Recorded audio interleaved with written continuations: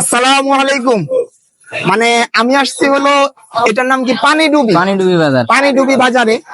তো এইখানে আমি কোথাও দেখি নাই যেমন আপনি চাইলে মুরগি, মানে মুরগি 5 টাকারও নিতে পারবেন।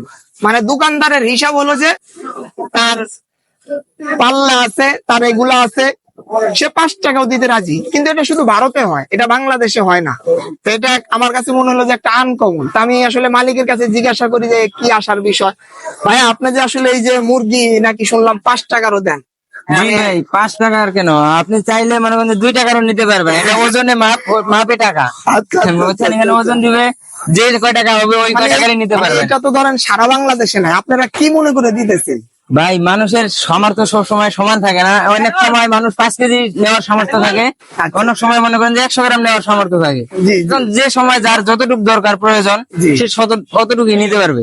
আচ্ছা, আচ্ছা, মানে মানে হ্যাঁ। এই আপনাদের হলো চিন্তা ভাবনা। চিন্তা ভাবনা, হ্যাঁ, সবাই যেন নিতে পারে। ভাই, আপনার খুব ভালো লাগছে ভাই।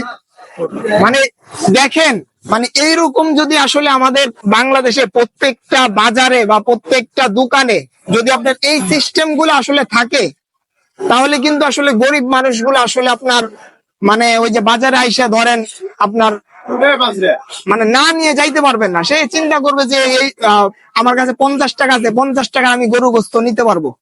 মানে কেউ কিন্তু আসলে না খায় মরবে না। কিন্তু এই জিনিসটা আসলে আমি এই যে এটা পঞ্চগড় পানিডুবির বাজারে আইসে আমি আসলে এটা পাইলাম। ওকে, এরকম ভাইয়ের মতো আর কি এরকম সারা বাংলাদেশের মানুষের যারা ব্যবসা করে তাদের আসলে মেন্টালিটি, চিন্তা ভাবনা এরকম হওয়া উচিত। ওকে, সবাই ভালো থাকবেন, সুস্থ থাকবেন। Tata, bye bye.